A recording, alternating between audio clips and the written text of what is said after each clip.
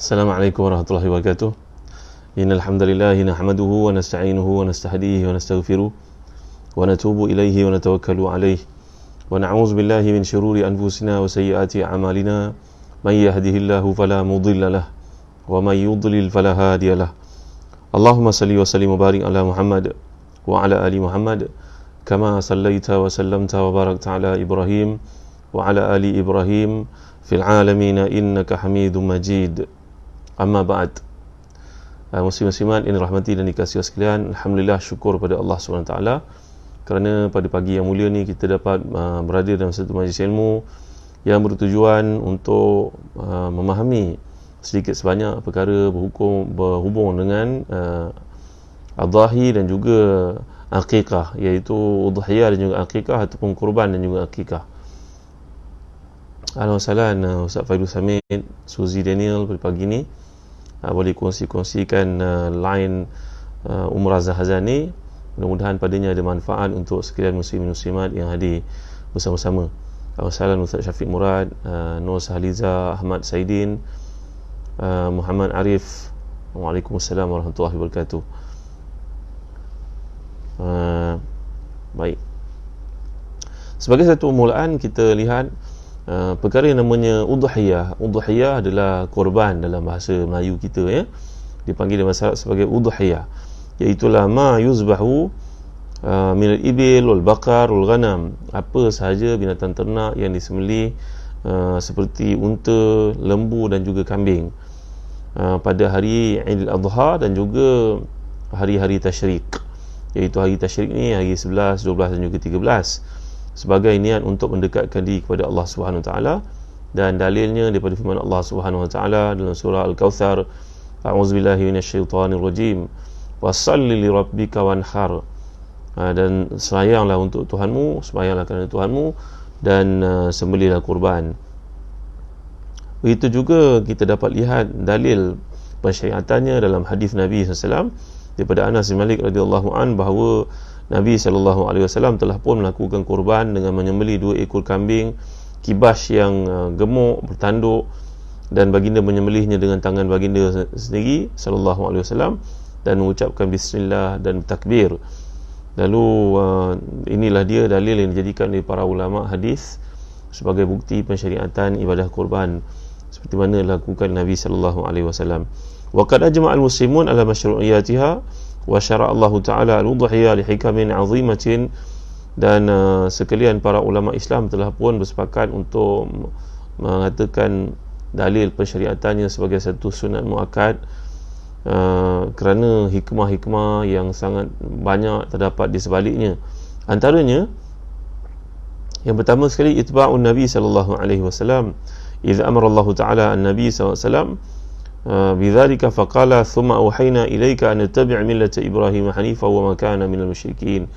Yang pertama sekali, kita melakukan ibadah kurban, kita melakukan akikah untuk mengikuti syariat Nabi Muhammad sallallahu alaihi wasallam, yang mana Allah telah berfirman, kami mewahyukan kepadamu supaya mengikuti syariat Nabi Ibrahim alaihi salam, dan tidak sekali-kali Nabi Ibrahim itu di kalangan mereka yang melakukan syirik kepada Allah Subhanahu Wa Taala.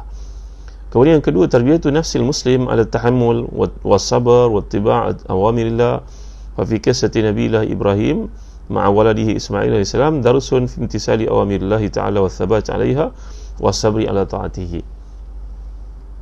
Dalil ataupun hikmah yang kedua bagi kita melakukan ibadah kurban, melakukan akikah ini untuk mendidik diri kita kepada sifat bersabar, sifat taat, sifat patuh pada perintah Allah SWT. Kita mengetahui kisah perjuangan Nabi Ibrahim dan ujian yang baginda lalui dalam kehidupan baginda alaihi salam, termasuklah perintah Allah untuk menyembelih puteranya sendiri Ismail alaihi salam. Jadi ini menunjukkan kepada kita tentang kewajipan mentaati perintah Allah, berusaha untuk mengikuti perintah Allah walaupun bercanggah dengan kehendak hawa nafsu kita sendiri. Yang ketiga, ziyadatul mawaddah wal mahabbah bainal muslimin lima fil udhiyah min tawsi'atin al-aqarib wa silatil arham kama fiha idkhalu li surur al-fuqara wal muhtajin. Ini merupakan satu usaha untuk menambah menguatkan kasih sayang di antara orang-orang Islam. Kerana dengan adanya ibadah kurban yang dilakukan itu, kita dapat membantu orang-orang susah, memberi makan kepada mereka, dan ia juga merupakan satu jalinan silaturahim yang penting.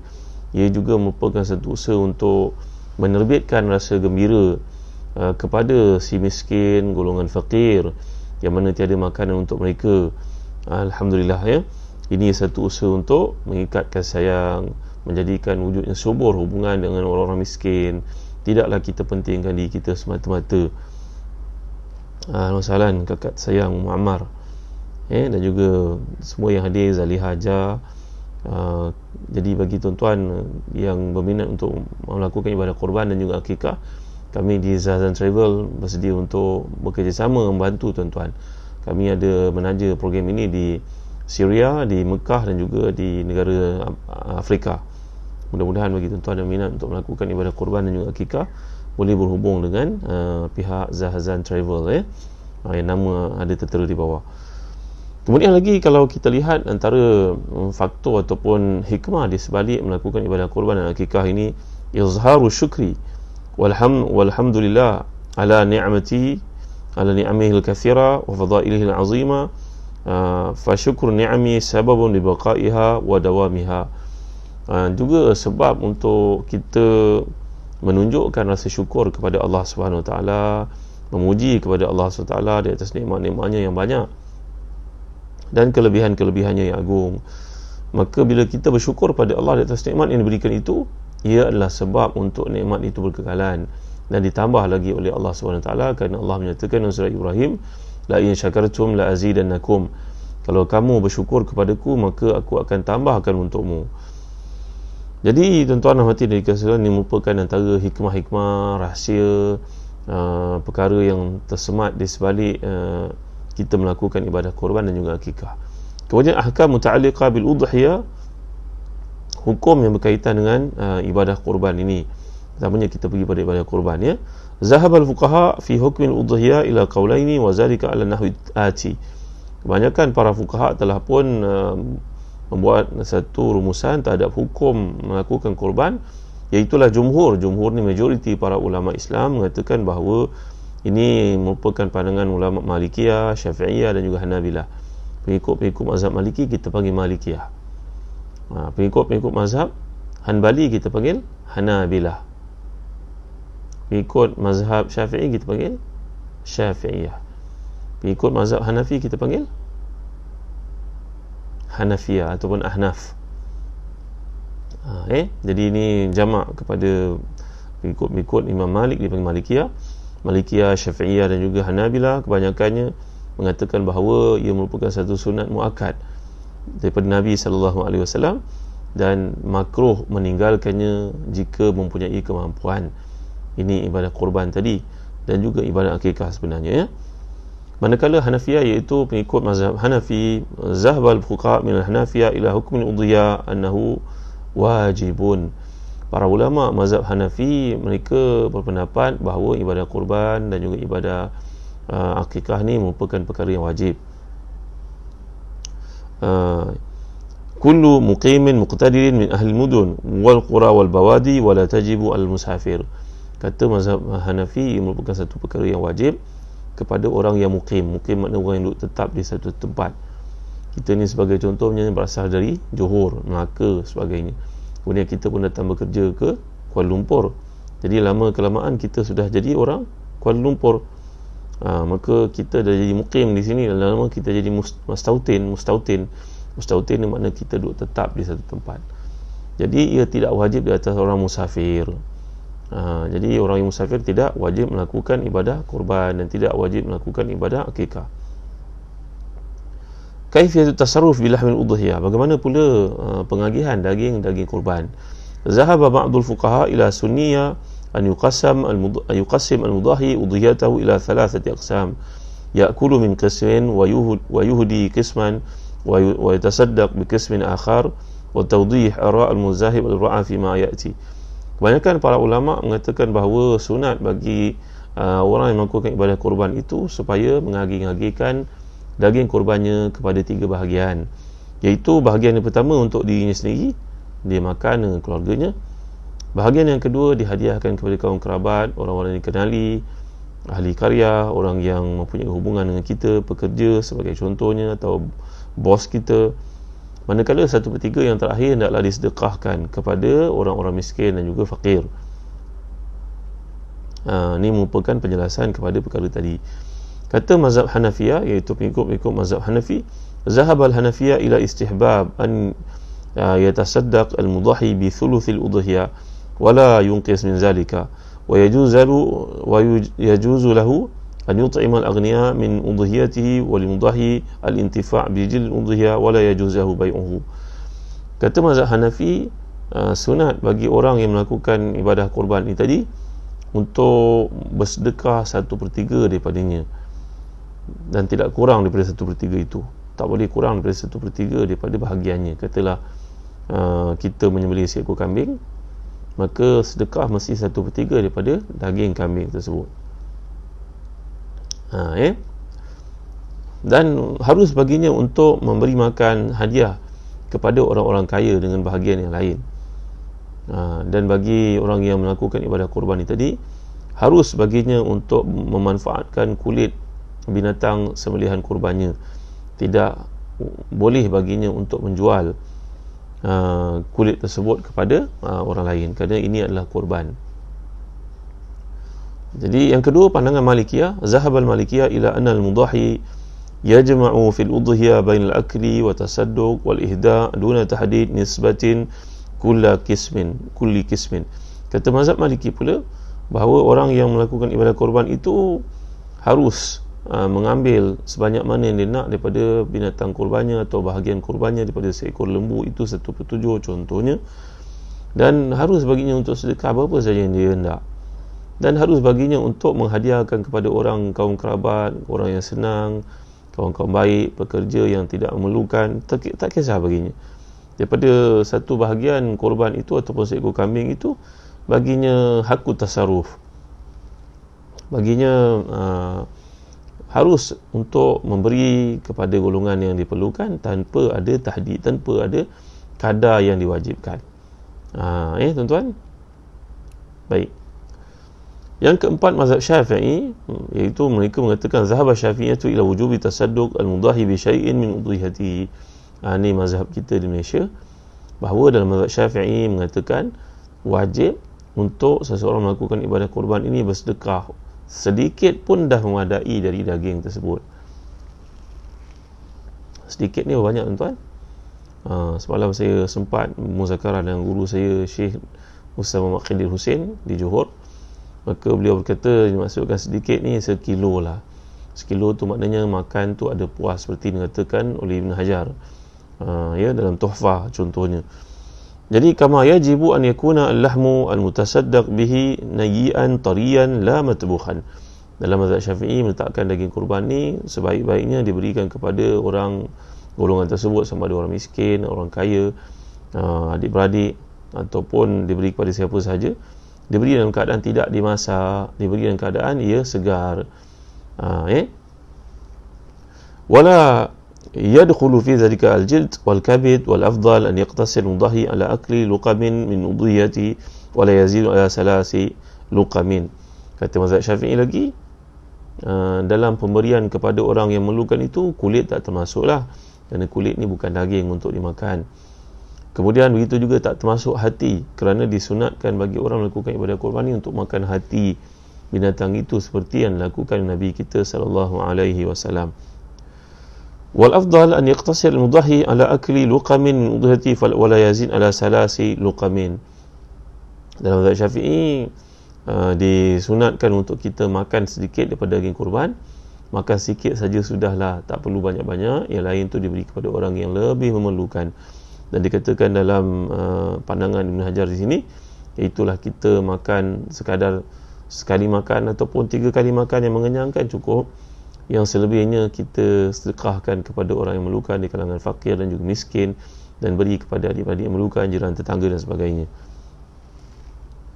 Wa yufaddalu an takuna al-luqamu min al-kabid wa yutasaddaq bil baqi wal adna min dhalika an ya'kul ath-thuluth wa yatasaddaq bil baqi wa adna shay' an ya'kul thuluthan wa yuhda thuluthan wa yuhdi thuluthan wa yatasaddaq bi thuluth. Cara yang paling baik dikatakan di sini, kita makan sedikit saja, selebihnya bagi kepada orang yang memerlukan di kalangan fakir dan juga miskin. Kalaulah kita mempunyai keluarga yang besar yang mungkin nak menikmati, ambillah sepertiga saja. Sepertiga itu diberi kepada kaum kerabat, adik-beradik, jiran tetangga, para pekerja kita contohnya, mereka bukanlah di kalangan fakir dan juga miskin. Dan yang terakhir sekali, sepertiga diberi kepada orang yang memerlukan, orang fakir dan juga miskin, melarat dan sebagainya. Pandangan Hanabilah pula, iaitu mazhab Hanbali, yang kita belajar tuan-tuan, 4 mazhab, semua mereka wa kullu min rasulillahil mutarisun. Semua ulama Islam ni mengambil daripada Nabi SAW, daripada hadis-hadis, kemudian mereka merumuskan mengikut kefahaman masing-masing. Maka timbullah aliran mazhab ini sebenarnya yang mudahkan untuk kita faham. Al-Hanabilah, pandangan mazhab Hanbali, zahabal Hanabilatu ila sunnati akli sulusil udhiyah wa ihda' thuluthuha wa tasadduq bi thuluthiha wa yustahab an yatasaddaq mudhahi bi afdaliha wa yuhdi al-wasat minha wa ya'kul aqaliha fadlan. Mazhab Hanbali pula berpendapat hendaklah kita digalakkan kita untuk makan sepertiga daripada bahagian sembelihan ataupun korban itu, dan menghadiahkan kepada orang yang kaya, adik-beradik, kaum kerabat 1/3 daripadanya, dan memberi makan kepada orang-orang miskin 1/3 lagi. Bagaimana pula pengagihan tersebut? Dalam kitab Mughni, oleh Ibn Qudamah mengatakan sunat bagi kita mensedekahkan kepada orang fakir dan juga miskin bahagian yang paling enak daripada sembelihan korban itu. Dan yang sederhananya beri kepada orang keliling kita, adik-beradik, kaum kerabat, pekerja sebagai contohnya, jiran tangga. Mereka ni bukanlah orang susah, mereka selalu makan daging. Tapi orang miskin, fakir, diberi keutamaan untuk menikmati bahagian yang paling enak. Apa yang paling enak pada lembu itu contohnya? Batang pinang, otot dan sebagainya. Bahagian yang paling enak diberi kepada fakir miskin. Wa ya'kulu aqallaha fadlan. Dan orang yang melakukan ibadah kurban ni tadi makan, ambil 1/3 bahagian yang paling kurang daripada penilaian dalam penilaian daging itu, maknanya bahagian yang paling kurang enak. Wa yajibu 'alal mudahhi an yatasaddaq bi syai'in minha wa aqall min zalika uqiyatan, wa yajib an yakuna lahmu nayyan wa yu'tihi li faqirin muslim, fa illam yatasaddaq bi syai'in min udhiyati wajaba 'alayhi yatasaddaq bi miqdar uqiya min lahm, wa in kana al-udhiyah li yatim fala yajuzu waliyhi an yatasaddaq bi syai'in minha wala yuhdi, innama yuwaffiruha lil yatim li'anna al-wali mamnu' min at-tabarru' bimal yatim. Dalam mazhab Hanbali ada penjelasan lagi, dan diberi kepada orang fakir, orang miskin ini bahagian yang paling enak, yang paling elok, seandainya dia tidak berjumpa dengan golongan fakir kat situ, melainkan seorang saja yang memerlukan, maka bagilah kepadanya sekurang-kurang kadar, sedikit pun tak mengapa, macam sekali makan kenyang dimaksudkan kat sini. Kalau daging kurban itu merupakan harta daripada anak yatim, maka tidak boleh bagi wali anak yatim itu mandai-mandai untuk membahagi harta lembu ataupun kambing sembelihan anak yatim itu, melainkan dengan kehendaknya, dengan kebenarannya. Kerana dalam Islam diharamkan bagi seseorang wali untuk mengambil, memandai-mandai dalam pengurusan harta anak yatim, melainkan dengan keizinannya. Ini pandangan mazhab Hanbali. Kemudian pergi kepada hukum menyimpan daging kurban. Apakah hukum menyimpan daging kurban? Dikhar lahmil udhiyah. Dikhar ni berarti menyimpan daging kurban. Zahaba sahabiyan Ali bin Abi Talib wa Abdullah bin Umar radhiyallahu anhuma ila adam jawaz dikhar luhumil adhahi akthar min 3 ayyam. Lima rawahu Ibnu Umar radhiyallahu anhu qala anna Rasulullah SAW naha an tu'kal luhumul adhahi ba'da 3. Dua orang sahabat Nabi, iaitu Ali bin Abi Talib dan Abdullah bin Umar radhiyallahu anhuma, mereka ini berpendapat haram, tidak dibenarkan untuk menyimpan daging kurban melebihi 3 hari, berpandukan kepada satu hadis, iaitu Nabi melarang para sahabat dari makan daging kurban melebihi tempoh 3 hari dari ia diberikan. Wa afta 'ammatu ahli al-ilmi bi jawaz ad-dikhar luhum al-adhahi fawqa 3 ayyam li hadits Jabir bin Abdullah radhiyallahu anhu alladhi awradahu an-nabiy sallallahu alaihi wasallam annahu naha an akli luhum ad-dhahaya ba'da 3, thumma qala ba'du kulu wa tazawwadu waddakhiru. Wa kana sababu nahyi Nabi sallallahu alaihi wasallam anil idikhar fi awal al-amri huwa qudum jama'ah min al-Arab al-masakin al-Madinah al-Munawwarah fi tilka sana thumma rakhasa ba'da dhalika fil idikhar. Manakala jumhur para ulama dan juga para sahabat melihat hukum menyimpan daging kurban yang diberikan kepada kita melebihi tempoh 3 hari adalah harus cuma 2 orang sahaja para sahabat di kalangan sahabat Nabi yang mengatakan haram, iaitu daging kurban mestilah dimakan, atau kalau kita memiliki lebih, bagi kepada orang lain. Katalah kita ni orang senang, adik-beradik melakukan kurban, bagi kepada kita, berkumpul, tengok-tengok dah ada kita 10 kilo. Padahal kita daging ni bukanlah benda susah untuk dapat pun. Selalu je kita pergi ke market untuk beli. Cuma dalam konteks adik-beradik mereka melakukan pada kurban sebagai courtesy, hubungan adik-beradik, maka mereka hantar daging kurban itu kepada kita. Maka berlonggoklah kat rumah kita, banyak dalam freezer, refrigerator. Macam mana tu hukumnya? Jumhur para ulama, fuqaha dan juga sahabat di kalangan para sahabat dan juga ulama mengatakan harus untuk menyimpan daging kurban itu, walaupun melebihi tempoh 3 hari, sebulan ke setahun ke, tidak ada masalah padanya. Kerana hadis yang melarang kita untuk menyimpan melebihi 3 hari itu, seperti yang dapat kita perhatikan, kata para ulama hadis, contohnya Imam An-Nawawi dalam Syarah Muslim mengatakan hadis itu kerana satu peristiwa pada zaman Nabi SAW. Nabi melarang para sahabat menyimpan daging kurban melebihi 3 hari kerana pada musim itu, pada waktu itu, hadirnya segolongan para sahabat yang miskin ke Madinah. Maka mereka baru sampai ke Madinah, datang ke Madinah untuk belajar daripada Nabi. Kehidupan mereka, kais pagi makan pagi, kais petang makan petang. Maka tentulah tidak wajar bagi sahabat-sahabat Nabi yang memiliki daging kurban untuk menyimpan bagi pihak mereka sendiri, padahal di kalangan orang-orang miskin di Madinah begitu ramai. Sedangkan bila ilah itu tiada lagi, maka bila mereka para sahabat yang miskin ini tidak ada di Madinah, dan kebanyakan para sahabat di Madinah mereka yang tinggal merupakan golongan yang berkemampuan, tiada lagi golongan miskin, maka menyimpan daging kurban itu adalah satu benda yang dibenarkan. Ini kerana orang Islam satu sama lain adalah ibarat jasad. Masalul mu'minina fi tawadihim wa tarahumihim wa ta'atufihim kamathalil jasadil wahid idza ishtaka minhu udun tada'a lahu sa'ilu jasadi bil humma wa sahar. Kalau kita berada dalam konteks hadis ini, maksudnya bila orang Islam itu seumpama satu badan. Kalau satu sakit, yang lain turut merasa penyakit yang sama, sama ada disebabkan demam ataupun sakit badan dan sebagainya, tak boleh tidur malam dan sebagainya. Jadi larangan Nabi terhadap penyimpanan daging kurban itu disebabkan wujudnya golongan miskin, fakir di Madinah pada masa itu, dan tentulah tidak patut bagi orang Islam untuk mementingkan diri sendiri sedangkan ada orang yang kelaparan di Madinah. Adapun bila ilah itu tiada lagi, sebab itu sudah tiada lagi, maka hukum haruslah untuk menyimpan daging itu andai di rumah kita ada lebihan. Al-ishtirak fil udhiyah. Ittafaqa fuqaha al-mazahib al-arba'a ala jawaz ishtirak 7 min al-muslimin fi udhiyatin wahidatin ala an takuna min ibil al-baqar wa tafzil dalika fi ma ya'ti. Jumhur ulama bersepakat, ijma' ulama berlaku bagi pengharusan, iaitulah seseorang Islam itu berkongsi dengan saudaranya untuk menyembelih seekor lembu ataupun unta. Kerana binatang yang besar seperti itu dibenarkan berkongsi untuk 7 orang. Artinya 1 ekor lembu, 1 ekor unta, 1 ekor kerbau contohnya. Binatang-binatang dipanggil sebagai an'am ini, binatang ternak ini diharuskan berkongsi 7 orang muslimah. Al-Hanafiyah, zahab al-Hanafiyah ila jawaz ishtirak 7 ashkhas في زبع أضحية واحدة الإبل البقر إذا كان المشتركون جميعهم يبتغون بذبحه وجه الله تعالى ولا تجزي عنهم اشترك أحدهم بنية اللحم. والدليل على جواز الاشتراك في ذبح الإبل أو البقر ما أخبر به جابر رضي الله عنه إذ قال نهرنا مع رسول الله صلى الله عليه وسلم أما الهديبية البدن عن 7 والبقرة عن 7. Kata mazhab Hanafi harus untuk berkongsi 7 orang untuk menyembelih seekor lembu ataupun unta.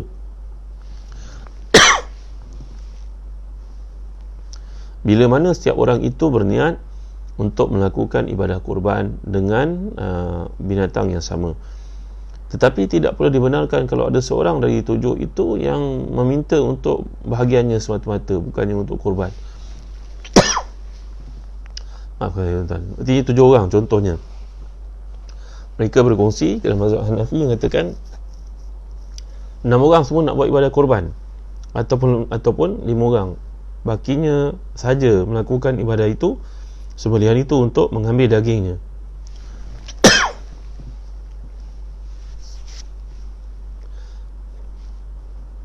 Maka dalam konteks ini tidak dibenarkan, kata mazhab Hanafi.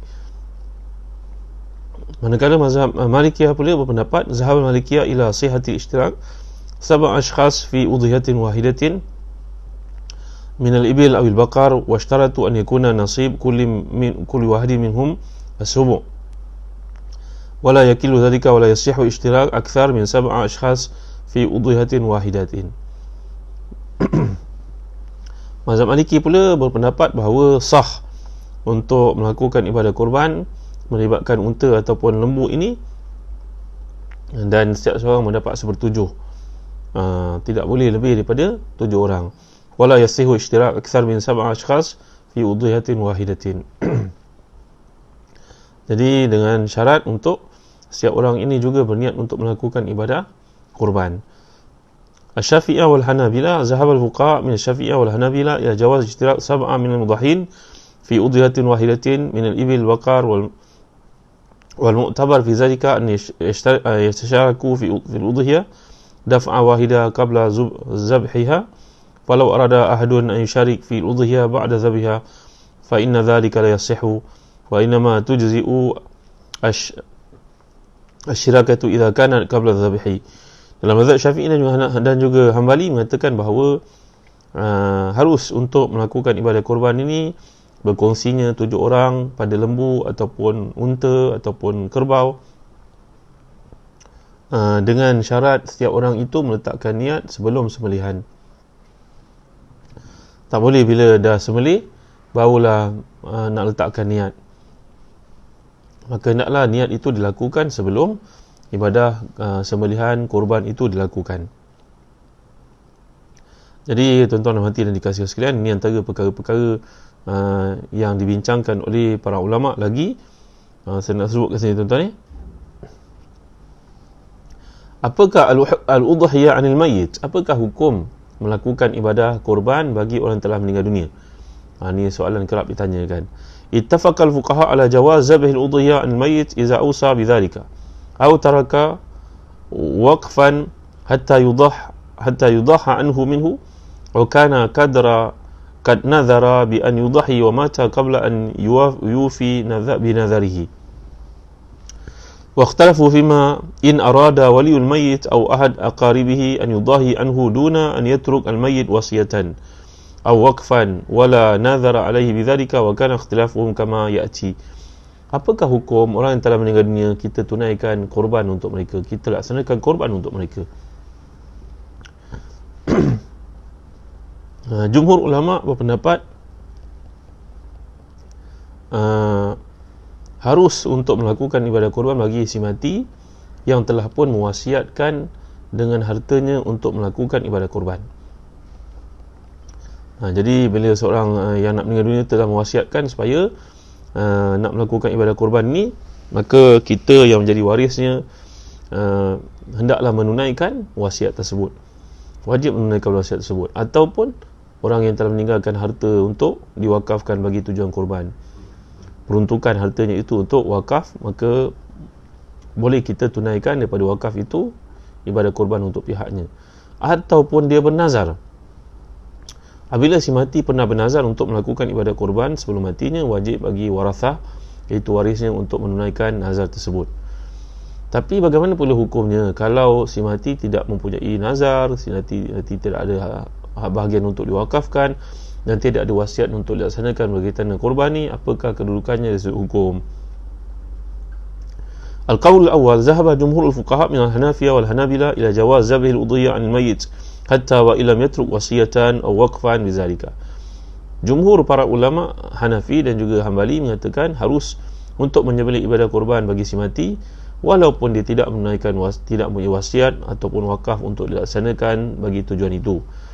Al-qawl ats-tsani, dhahaba al-Malikiyah ila sihhatil udhiyah 'an al-mayyit ma'a al-karaha wal udhiyah indahum naw'un min anwa'is sadaqat wa sadaqah tasilul mayyit wa yanaluhu thawabuha.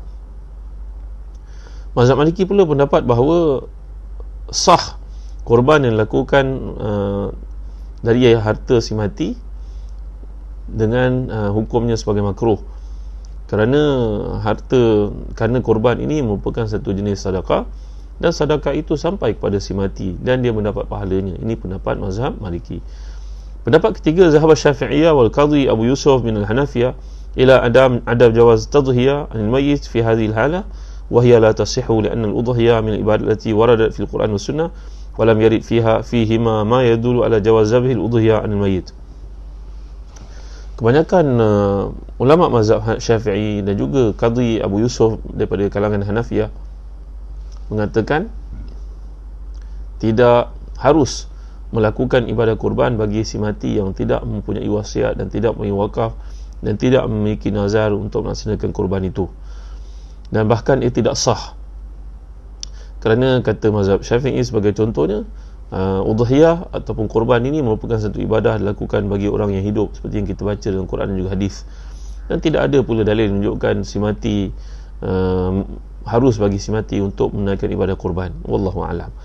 Jadi telah kita lihat jumhur para ulama mengatakan keharusan ibadah kurban ini dilakukan. Jumhur maknanya bukan ijma' lah tuan-tuan, jumhur kebanyakan majoriti para ulama mengatakan keharusan melakukan ibadah kurban ini bagi orang yang telah meninggal dunia.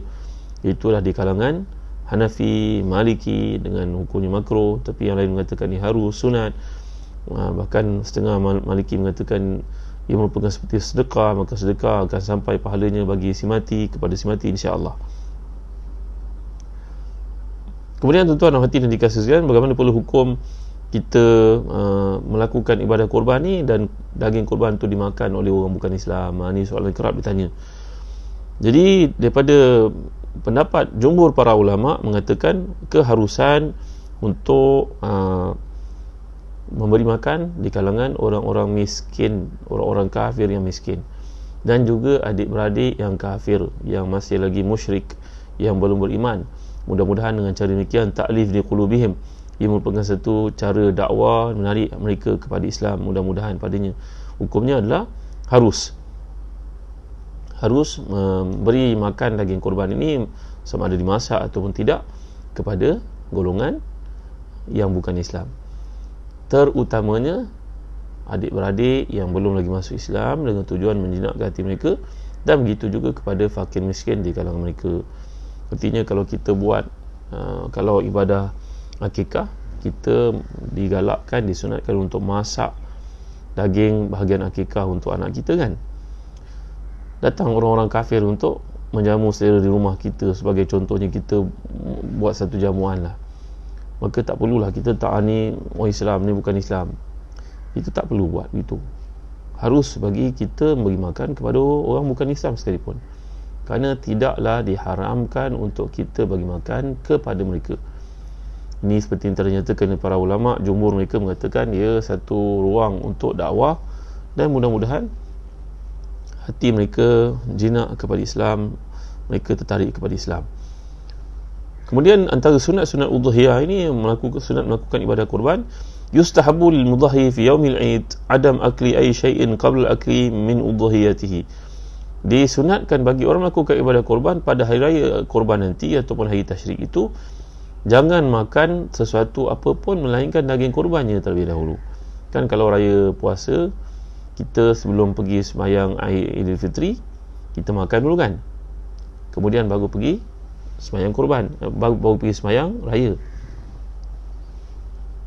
Manakala kalau kita buat ibadah kurban, kalau kita melakukan ibadah kurban, kita disunatkan untuk pergi sembahyang raya kurban dulu, kemudian balik bermakan.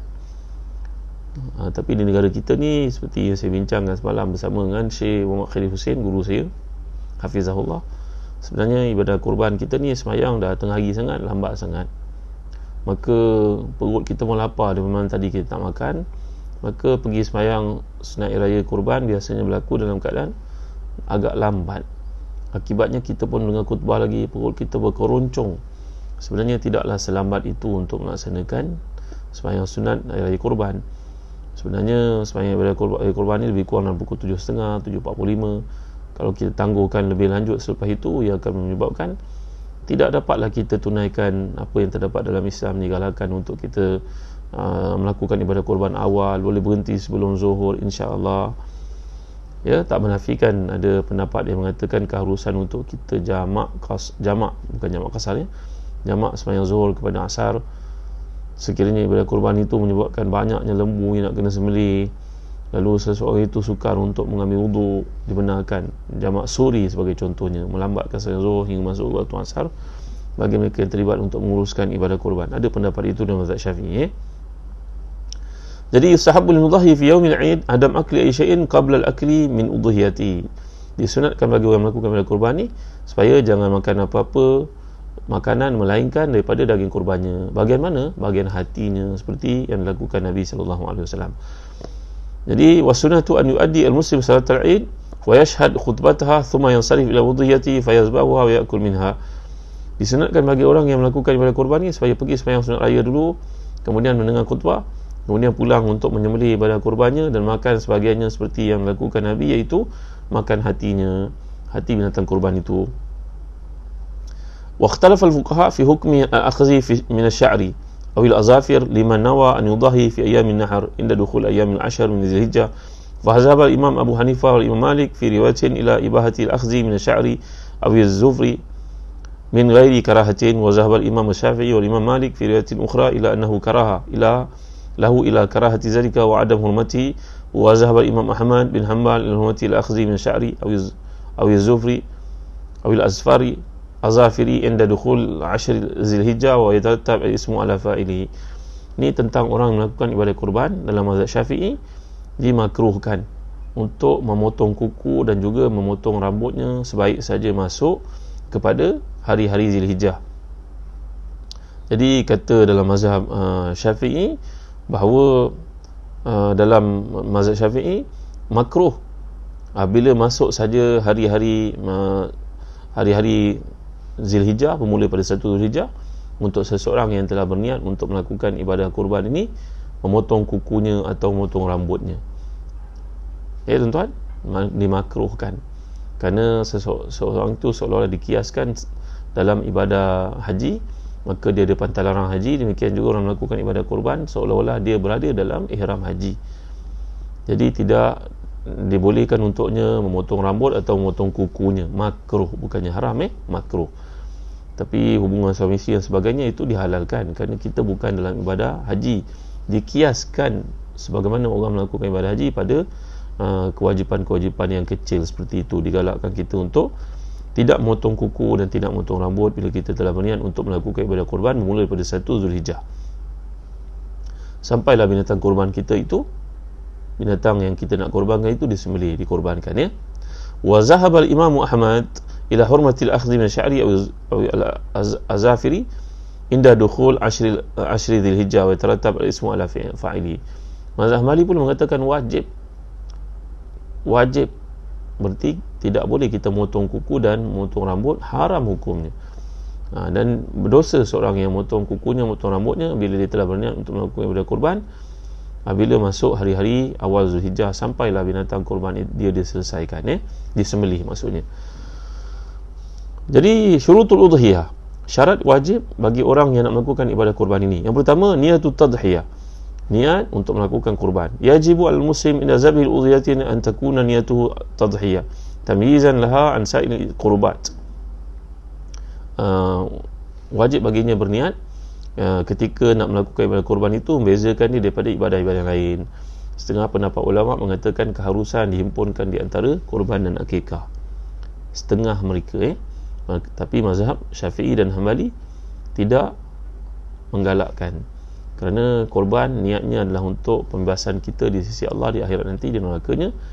Manakala akikah itu adalah kullu gulamin murtahinun bi aqiqatihi tuzba'anu yawma sabi'ihi wa tuhlaq wa yusamma wa yuhalaq wa yusamma. Anak pula akikah itu tebusan dirinya, seperti yang dinyatakan dalam hadis-hadis riwayat oleh para ulama hadis ashabus sunan, bahawa anak itu diakikahkan sebagai satu tebusan di sisi Allah SWT. Disembelih hari ke-7, dicukur, diberi nama pada hari ke-7. Kalau tak boleh hari ke-7, hari ke-14. Kalau tak boleh hari ke-14, hari ke-21. Mengikut hadis riwayat Anas bin Malik macam tu. Ibadah akikah ni kita lakukan pada 7, ke-14, ke-21. Kalau tak boleh juga 21 kerana kekangan tertentu, keuangan, masa yang tiada sebagainya, maka boleh lakukan selagi anak itu belum baligh. Al-Hasan Al-Basri mengatakan, kalau kamu tahu kamu tidak diakikahkan oleh ayah ibu kamu, kamu bolehlah mengakikahkan diri kamu sendiri. Artinya lepas balik pun boleh akikahkan diri kita sebagaimana Nabi kita SAW lakukan. Baik. Ada musyarakati liman la yurid al-qurba. Yajuz al-mudahi idza arada an yudahi min ibil aw al-baqar yusharik ghayrahu fi hadhihi al-udhiyah bi syarat ala yazida adaduhum an 7 ashkhas wa an yakuna maqsad al-jami' min az-zabi ada qurba min qurbat wa in ikhtalafa naw' al-qurba wa la tajuz musyarakatu man yanwi al-husul al-lahmi faqat ولا نية له بأي نوع من القربات عند الحنفية والمالكية وعند الشافعية والحنابلة مشاركة مع اختلاف المقاصد من الذبح كمن يلحم مع غيره ممن يريد الذبح لطاعة معينة. Sebagian ulama berpendapat kalau kita sembelih seekor lembu atau unta, binatang yang besar seperti ini, maka harus untuk berkongsi-kongsi. Seorang berniat untuk melakukan kurban, dua orang niat untuk melakukan akikah, asalkan bilangan itu dalam lingkungan 7. Kebanyakan mereka pendapat tak boleh niat yang lain. Niat qurbah. Qurbah ni maknanya satu ibadah. Kalau seseorang berniat untuk dapat dagingnya saja, 7 orang saya nak masuk bahagian, tapi saya bukan kurban, saya saja nak daging, itu tidak dibenarkan. Kerana seekor binatang ini, seperti yang riwayat daripada sahabat Nabi yang telah kita bincang dalam peristiwa Hudaybiyah tadi, mengatakan kesemua mereka melakukan ibadah korban, dan dikiaskan dalam mazhab Syafi'i kebenaran untuk melakukan ibadah akikah bersama dengan orang melakukan ibadah korban dalam angka 7 ni tadi. Jadi dibenarkan untuk berkongsi apabila niat itu kerana Allah, bukan niat untuk kegunaan daging itu bagi tujuan persendirian sendiri. Ini tidak dibenarkan. Baik tuan-tuan, jadi mudah-mudahan Allah beri kefahaman kepada kita, memberi kepada kita kesempatan untuk melakukan ibadah kurban, kerana ia satu ibadah yang sangat digalakkan. Kalau satu keluarga tidak mampu melakukan kesemua mereka sekali, hendak ada seorang mewakili melakukannya. Ini dipanggil sebagai sunnah muakkad bil kifayah. Sunnah muakkadah bil kifayah. Kalau dalam keluarga seorang dapat melakukan, alhamdulillah. Kalau dapat lebih, itu lebih baik. Tapi kalau tidak ada, cubalah ada seorang juga untuk melakukan ibadah kurban. Baik tuan, yang terakhir sekali yang dinyatakan oleh para ulama tentang fadlu al-udhiyah, kelebihan melakukan ibadah kurban, dan begitu juga kelebihan melakukan ibadah akikah. I'tibar anna ahabbal a'mal ila Allah azza wa jalla fi ayyamin nahri zabul adahi wajhi al-karim. Kama jaa fil hadis ma amila adamiyyun min amali yaumin nahri ahab ila Allah min ihraqid dam. Perkara yang utama yang kita lakukan, mencari kelebihan melakukan ibadah kurban ini kerana mematuhi perintah Allah SWT. Kerana Nabi kita SAW telah bersabda dalam hadis sahih, tiada satu ibadah yang lebih dicintai Allah pada hari kurban itu melebihi seseorang menumpahkan darah binatang ternak untuk memberi makan kepada orang memerlukan. Yang kedua, ityanul adhahi yaumul qiyamah, ityanul udhiyah yaumul qiyamah ala hay'a allati zubihat 'alaiha. Hari kiamat nanti binatang yang kita sembelih itu akan tampil dalam rupa yang kita sembelih. Dengan sebab itu digalakkan kita, dituntut, bahkan menjadi syarat kepada sembelihan binatang ini mesti binatang yang sempurna kejadiannya, bukan tempang, bukan kurang daging, bukannya binatang tu bantut. Hendaklah kita lakukan binatang yang terbaik sebagai tanda syukur dan juga redha terhadap nikmat Allah. Contohnya pada ibadah akikah yang kita lakukan, pilih binatang yang terbaik, yang paling cantik. Dalam hadis mengatakan innaha la ta'ti yaumal qiyamah bi quruniha aw sya'riha aw azlafiha wa inna ad-dam la yaqa'u min Allah bi makanin qabla an yaqa' al-ard fatayibu biha nafsan. Dalam hadis mengatakan bahawa nanti hari kiamat binatang yang disembelih itu akan datang rupanya sangat indah, tanduknya, rambutnya cantik sekali, dan sebenarnya sebelum darah itu jatuh ke bumi, ia telah pun diterima oleh Allah Subhanahu wa taala. Mudah-mudahan diikhlaskan Allah. Maka perbaikkanlah sangkaan kamu dan juga niat kamu kerana Allah. Lagi merupakan satu usaha kita untuk mengikuti syariat Nabi Ibrahim AS. Dan kemudian nailul muslim al-ajr al-azim falahu bi kulli sya'ratin min udhiyatihi hasanah wa qad warada fi zalika hadithun dha'if Nabi sallallahu tentang galakan kita untuk faham setiap darah yang mengalir, bulu yang ada di binatang itu merupakan pengampunan kepada dosa-dosa kita. I'tibar anna syira' al-adhahi afdal ma tunfaqu fihi al-amwal fi ayamin nahri yanal muslim fadailaha. Bila kita melakukan ibadah kurban ataupun akikah ini, ia merupakan tanda syukur kepada Allah SWT, memilih harta yang terbaik, tanda kita nak kongsi nikmat dengan orang memerlukan. I'tibaruha min sya'rillah allati yadullu ta'zimuha ala husul taqwa. Dalam Quran Allah Taala firman, "Wa man yu'azzim sya'airallah fa innaha min taqwal qulub." Siapa yang mengagungkan syiar-syiar Allah, maka itu tanda ketakwaan kepada Allah. Yang terakhir sekali kita dapat lihat contohnya kurban ini dibuat berkaitan dengan sembahyang, iaitu firman Allah, fasalli li rabbika wanhar. Tunaikanlah sembahyang hari raya dan lakukan ibadah kurban. Maka kurban ini dikaitkan dengan salat. Makna kurban hubungan dengan manusia dan salat hubungan dengan Allah. Lengkaplah perhubungan seseorang apabila dia menjaga kedua-dua tali itu, hablum minallah dengan hablum minannas. Jadi tuan-tuan cukup setakat ini dulu. Andainya tuan-tuan minat untuk melakukan ibadah kurban, kami di Zahzan Travel bersedia untuk bekerjasama dengan tuan-tuan dan kami bagi hadiah buku, sijil. Mudah-mudahan kurban yang tuan-tuan lakukan itu seperti yang dinyatakan oleh para ulama harus mewakilkan kepada pihak lain, terutamanya di negara yang mereka dilanda kemiskinan, kepayahan, nak jumpa makanan pun payah, seperti yang berlaku di Syria, negara peperangan. Kerja yang ada tidak mencukupi untuk membeli seekor ayam pun, apatah lagi seekor lembu, seekor kambing. Jadi mudah-mudahan kurban yang tuan-tuan lakukan itu masuk dalam ayat Allah, wa yusiruna ala anfusihim walau kana bihim khassasah. Dalam hukum Islam adalah harus untuk kita mewakilkan pihak lain bagi melakukan ibadah kurban ini. Maka tuan-tuan boleh wakilkan kepada Zahzan Travel andainya tuan-tuan memerlukan melakukan ibadah kurban ini, sama ada tuan-tuan pilih di Syria ataupun di Mekah. Alangkah ramainya orang susah di Mekah, walaupun di Mekah ni kelihatan semua orang senang. Di kalangan keluarga kita kadang-kadang orang-orang Malaysia, orang Patani, orang Thailand yang merupakan golongan mualladin yang lahir di sana, mereka tidak ada kerja pada musim Covid ni tuan-tuan. Haji, kita tidak pergi haji, maka tiadalah kerja untuk mereka, tiada wang untuk mereka. Maka kami cuba untuk menampung mana yang mampu keperluan itu di Mekah khususnya, dan juga di negara-negara Afrika yang dilanda kebuluran, kerap, kemiskinan, kemarau dan sebagainya. Jadi mudah-mudahan tuan-tuan kalau ada apa-apa soalan boleh saya jawab.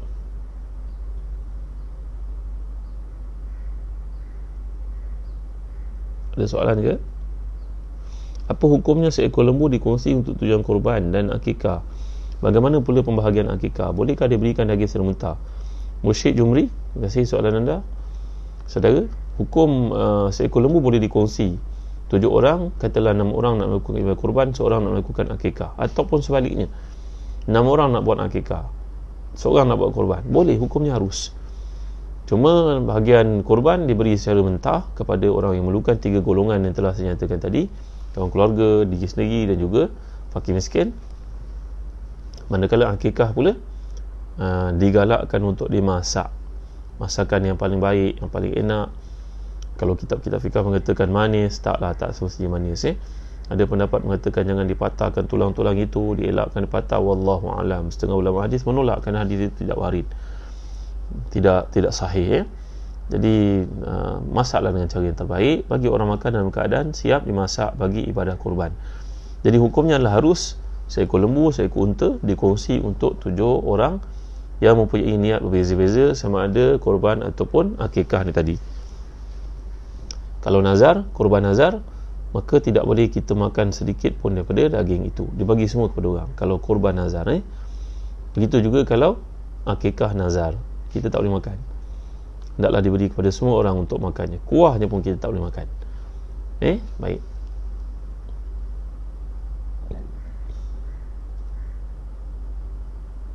Ya, kami CMS harus untuk menjamu makan sebahagian daging korban kepada bukan Islam, sama ada dimasak atau mentah. Korban dibagi mentah menurut jumhur para ulama, manakala akikah dimasak enak-enak, dijamu mereka makan. Makna makan dengan nasi, dengan lauk dan sebagainya. Macam mana dengan korban tapi kita disuruh orang lain buat korban, duit itu kita pakai oleh orang yang kita amanahkan? Apakah niat seorang itu buat korban diterima sisi Allah? Maksudnya apa? Kita mewakilkan orang untuk buat korban tapi orang tu tak buat. Maka hukum niat korban kita sudah pun terlaksana. Niatul muslim khairun min amalihi. Niat telah pun terlaksana. Yang berdosa adalah orang yang mengabaikan peranan tersebut.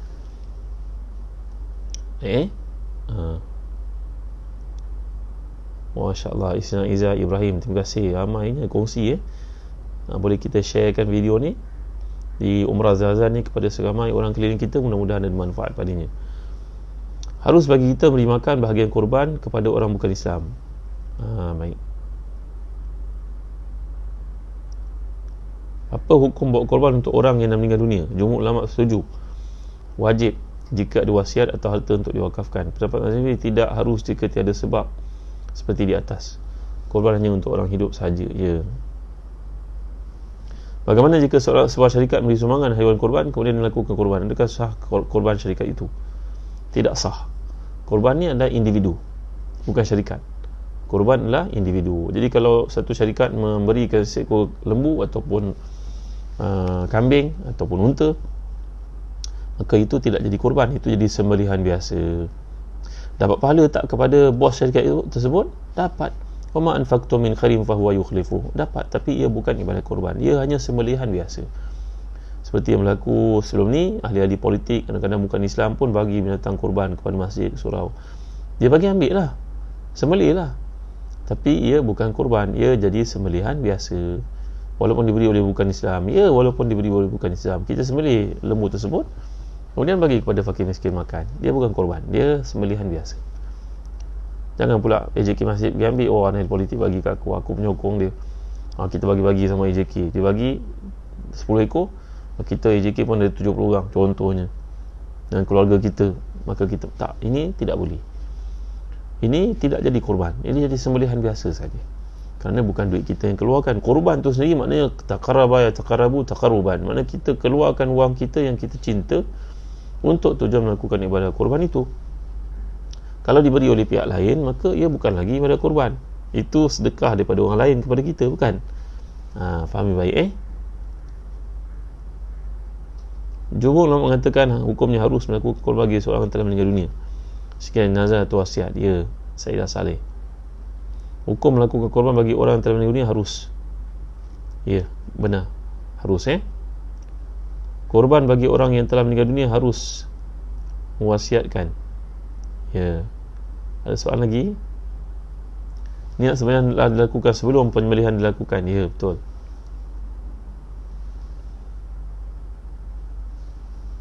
Ada soalan lagi ke? Mazhab Maliki mengatakan sah untuk seekor binatang jadi korban dan dikongsi sebanyak 7 bahagian. Seorang yang mendapat setuju dengan syarat menetapkan niat sebelum korban sembelihannya.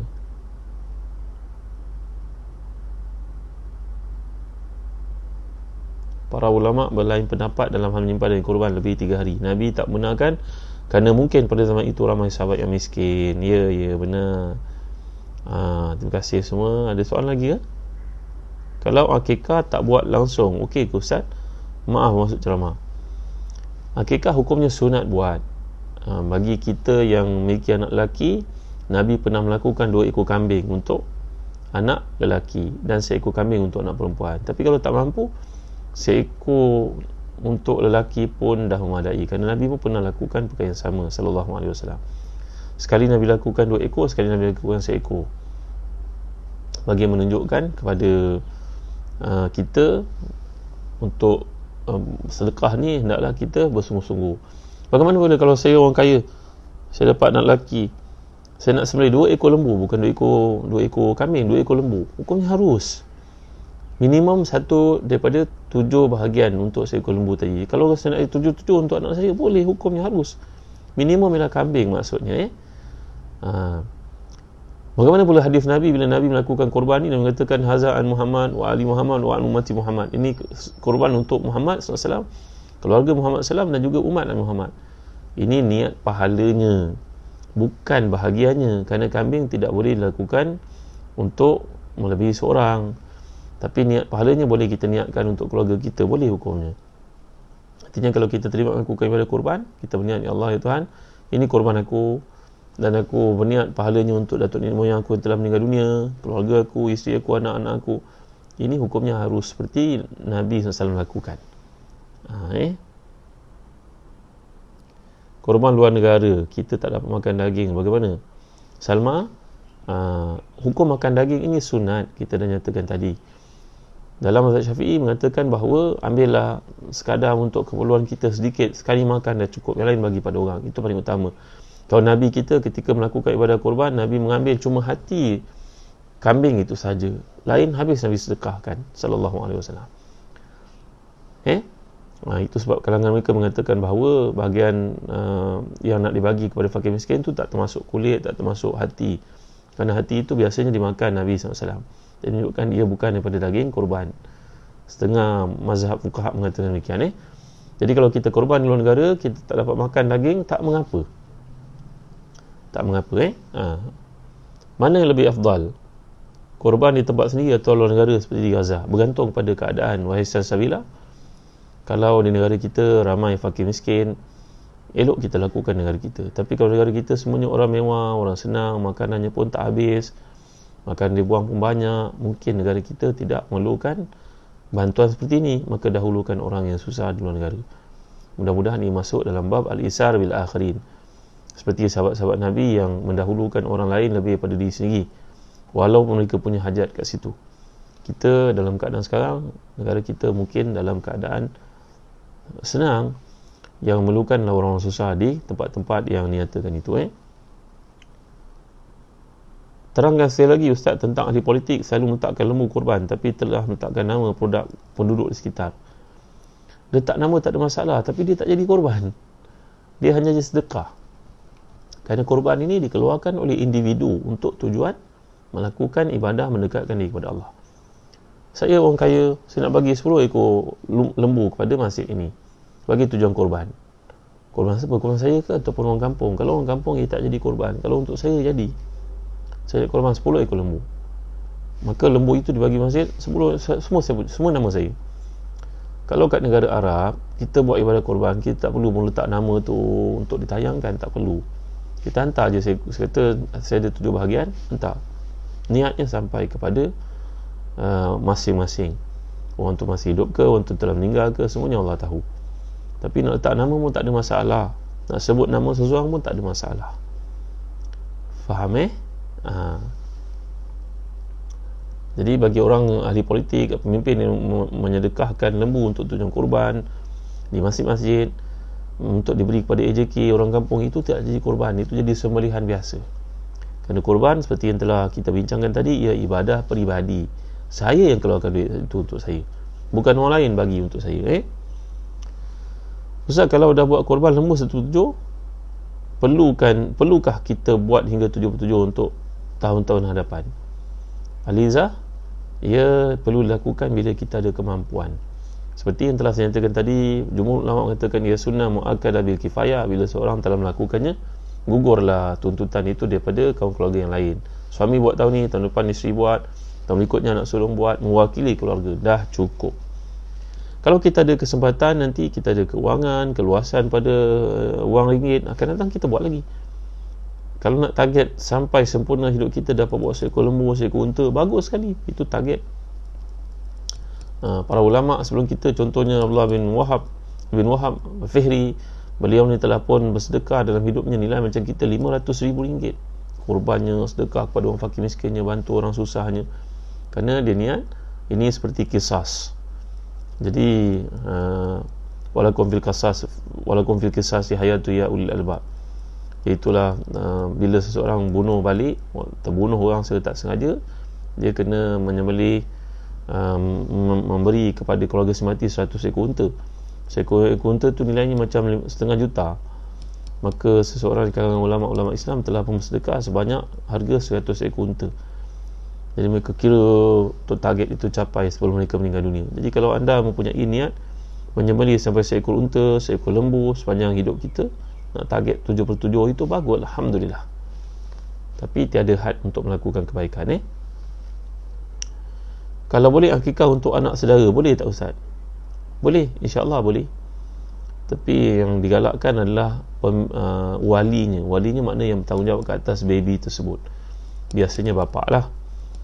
Kalau kita pakcik nak buat untuk tujuan menang kepada keluarga itu miskin, memanglah anak saudara kita, tanggungjawab kita juga kalau tak ada bapanya. Kalau tak sekolah, tak cukup duit, kita juga membantu, maka harus hukumnya. Perlukah diangkat beli oleh ahli kurban? Kiranya kita beli lembu secara pakatan untuk kurban. Perlukah diangkat diangkat beli? Saya tak faham soalan ni, RCH ni. Perlukah diangkat beli oleh ahli kurban sekiranya kita beli lembu secara pakatan untuk kurban? Saya tak faham soalan makmum saya. Bolehkah niat akikah dan niat kurban sekali yang satu sembelihan? Pendapat jumhur ulama mazhab Syafi'i dan Hambali tidak boleh. Tapi mazhab Hanafi dan juga Maliki membenarkan. Fatwa Azhar membenarkan untuk ibadat akikah dan kurban disekalikan. Macamlah kita masuk ke masjid nak sembahyang sunat tahiyat masjid, tiba-tiba dah masuk waktu, maka sembahyang sunat tahiyatul masjid itu telah termasuk dalam sembahyang fardu yang kita kerjakan. Jadi tak perlulah buat sembahyang sunat tahiyat masjid lagi. Jadi demikian juga akikah dan kurban boleh disekalikan mengikut pandangan mazhab Hanafi dan juga Maliki. Mazhab Syafi'i tidak boleh. Kalau akikah nak lelaki guna lembu, kena dua bahagian. Ya. Kalau akikah nak lelaki guna lembu, kena ada dua bahagian, macam kambing 2 ekor. Tak mampu tak mengapa, seekor pun cukup. Aliza, nanti kalau mampu tahun depan nak buat lagi satu, kerana tahun depan buat 1 ekor kambing je untuk anak lelaki, tahun depan mampu tambah lagi satu, boleh, hukumnya harus, tak ada had. Sekiranya anak sudah mencapai usia balik, dewasa, barulah bukan melakukan akikah, adakah sah Ustaz Suzy? Hukumnya sah untuk melakukan akikah anak yang telah balik. Ikut jumhur para ulama, hukumnya sah. Kalau nak buat korban boleh, nak buat akikah pun boleh.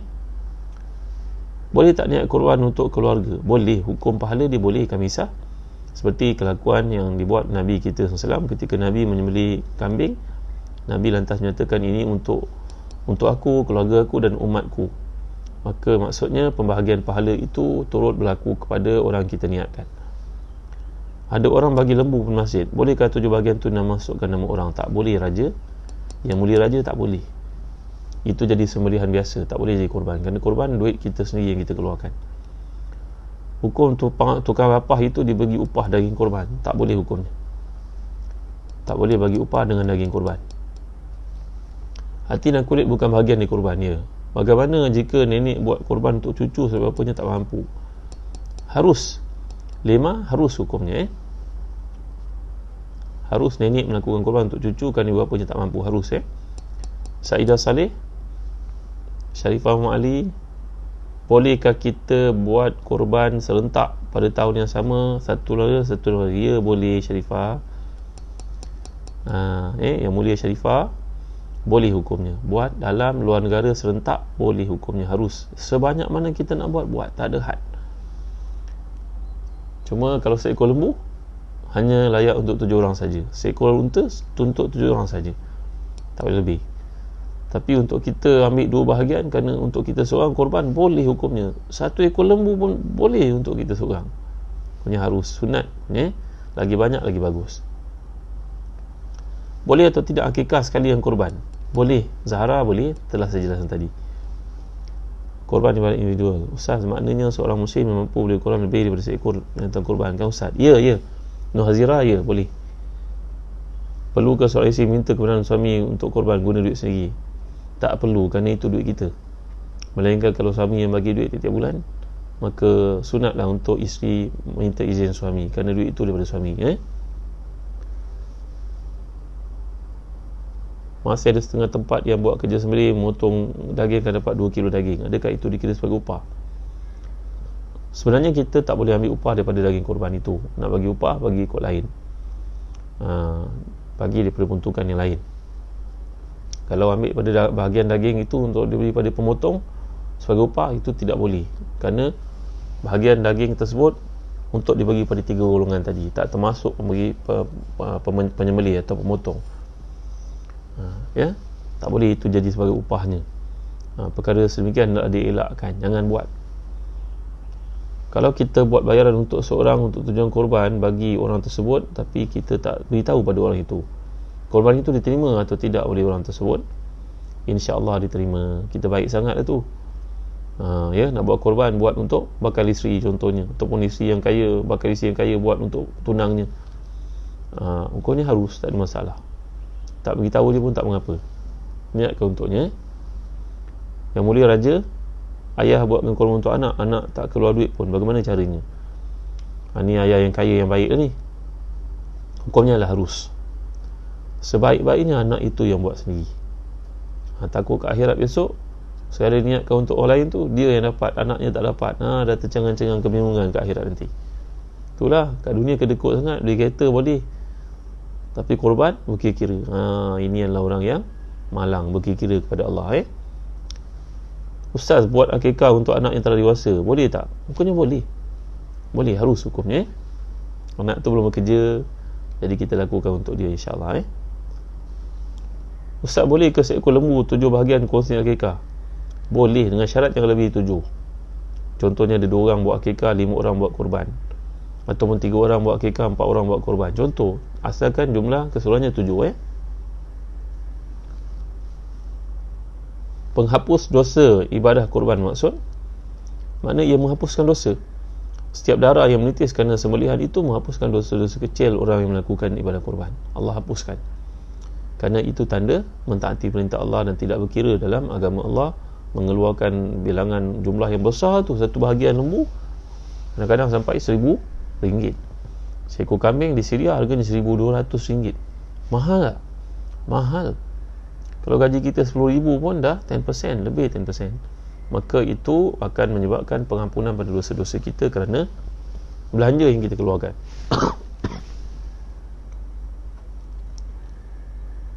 Ustaz boleh tak niat korban untuk anak yang belum akikah, tapi korban lakukan sebahagian saja? Macam mana maksud tu?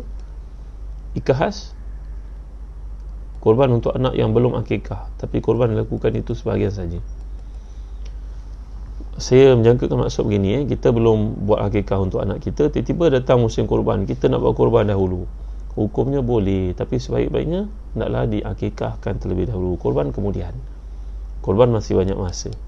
Akikah seperti yang kita lihat, hari ke-7, kalau tak dapat itu hari 14, tak dapat hari 14, hari 21. Kalau tak dapat juga, sebaik-baiknya sebelum dibalik. Boleh ke pinjam duit abang untuk melakukan ibadah korban? Sebenarnya taklah dituntut kita sampai nak minjam, tapi meminjam dan kita mampu bayar balik, mudah-mudahan itu satu ibadah. Macam juga dibenarkan kita untuk pinjam duit pergi haji, nanti dah duit bayar balik. Pinjam duit pergi umrah, sebenarnya taklah dituntut kita untuk pergi umrah, pergi haji kalau tak ada kemampuan. Tapi kita ni memang tak mampu nak simpan duit, kalau bayar ansuran boleh pada bank, pada abang contohnya, dia pun redha, boleh hukumnya.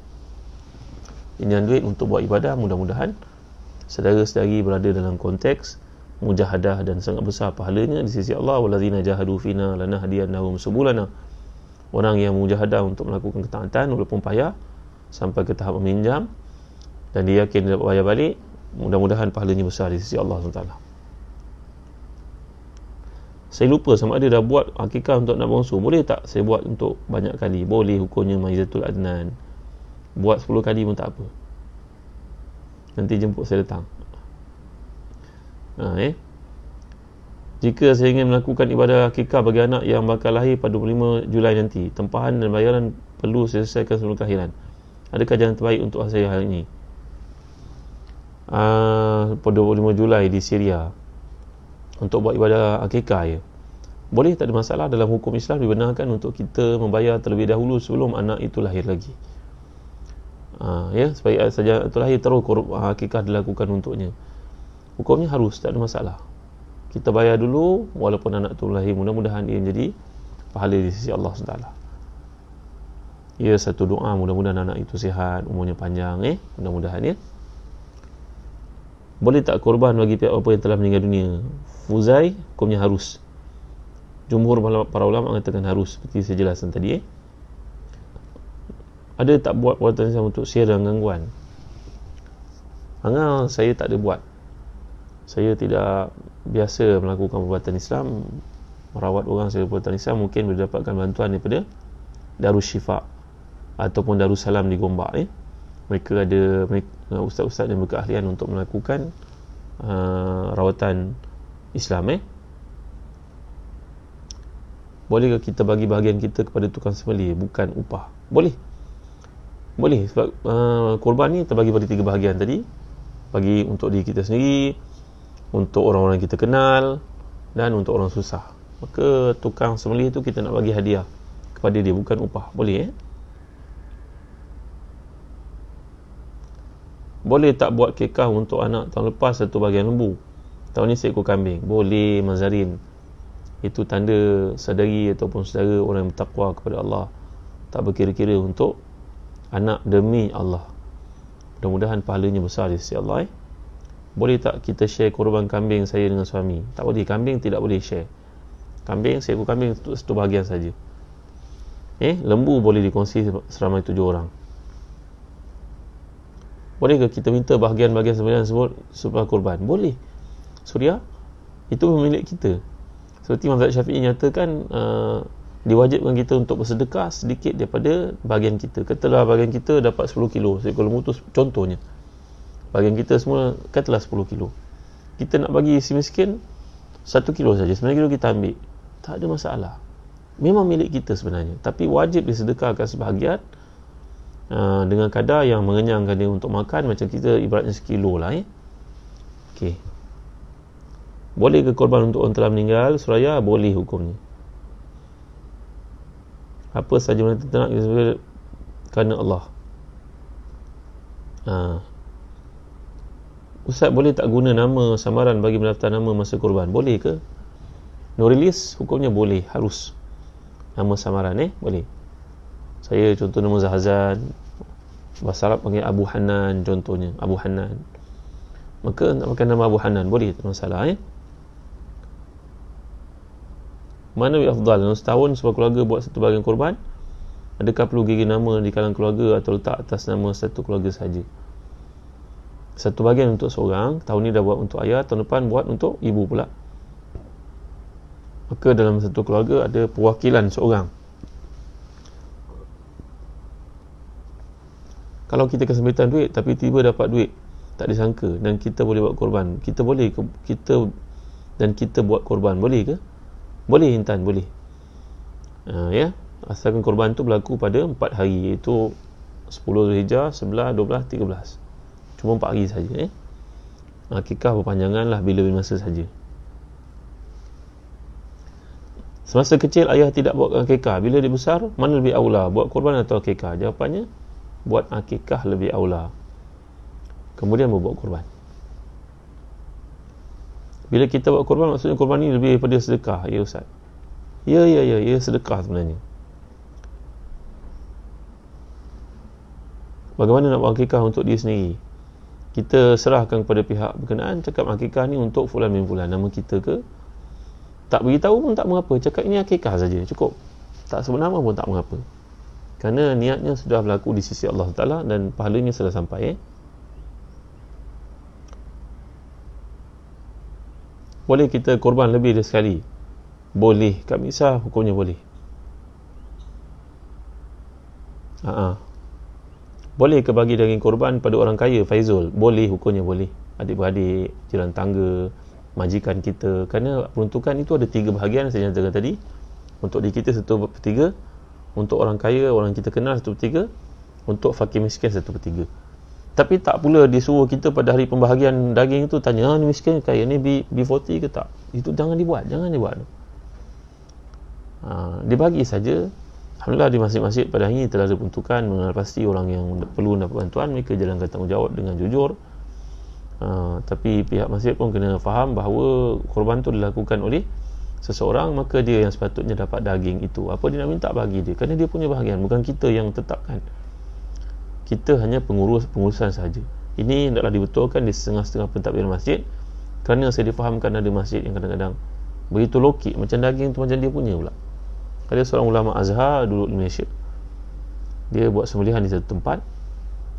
Bila sembelihan tu selesai, dia nak ambil bahagian dia, pihak masjid kata, tak boleh, ambil sikit banyak ni saja, ini untuk miskin. sedangkan korban tu dia punya. Kita masih cuma menyelenggarakan. Fahami baik-baik. Nak bagi dia semua, bagi pada dia. Dia minta bahagian dia semua, bagi.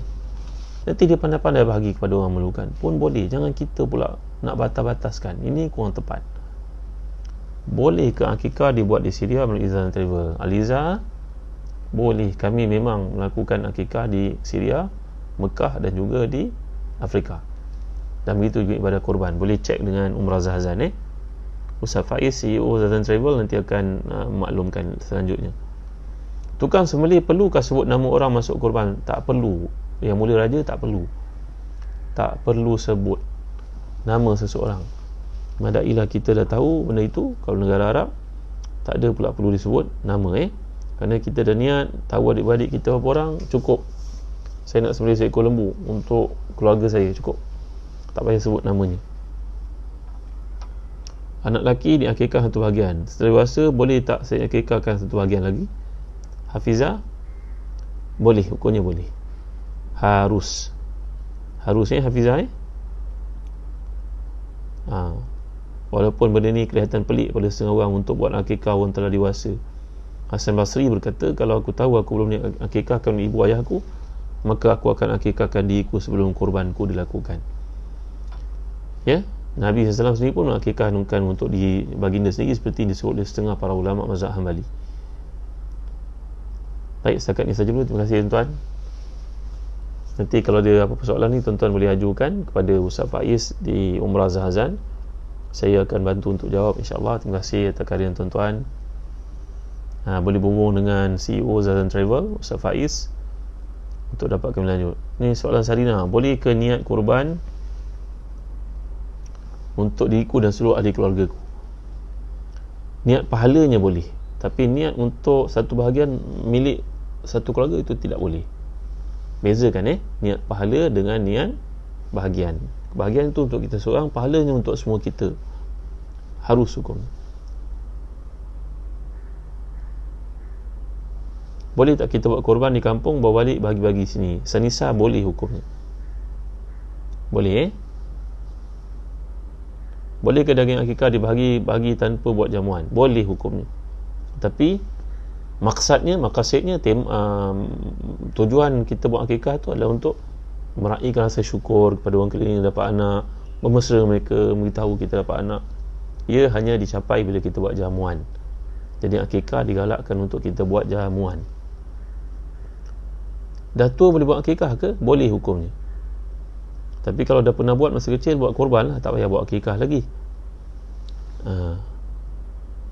Baik. Terima kasih semua. Dah 1 jam setengah kita bersiaran. Mudah-mudahan Allah memberkati kita, beri keterangan pada hati kita, dan beri kemampuan untuk kita melakukan ibadah yang besar nilainya, mengikuti syariat Nabi Ibrahim ini.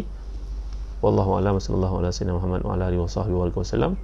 Alhamdulillahirabbil alamin. Allahumma ighfir lana dhunubana wa liwalidina warhamhum kama rabbawna shighara wa li jami'i masyayikhina wa li jami'i ashabil huquq 'alaina wa li jami'il mu'minina wal mu'minat al-muslimina wal muslimat al-ahya'i minhum wal amwat bi rahmatika ya arhamar rahimin. Allahumma ati nufusana taqwaha wa zakkiha anta khairu man zakkaha anta waliyuha wa mawlaha bi rahmatika ya arhamar rahimin. Rabbana la tuzigh qulubana ba'da idh hadaytana wa hab lana min ladunka rahmatan innaka antal wahhab. Rabbana atina fid dunya hasanah wa fil akhirati hasanah wa qina adzaban nar. Wa sallallahu ala sayyidina Muhammad wa ala alihi wasallam. Soalan terakhir, adakah boleh kita buat akikah untuk orang telah meninggal? Akikah ni untuk orang yang hidup.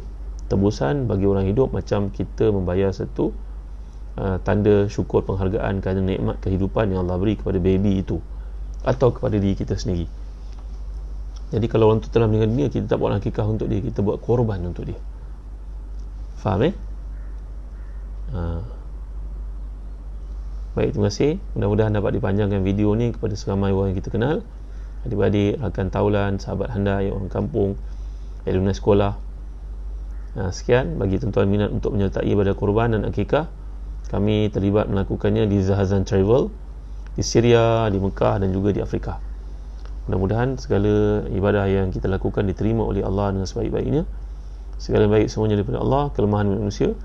Wallahu a'lam. Sallallahu ala sayyidina Muhammad wa ala alihi wasallam. Walhamdulillahirabbil alamin. Wa barakallahu fikum. Wassalamu alaikum warahmatullahi wabarakatuh.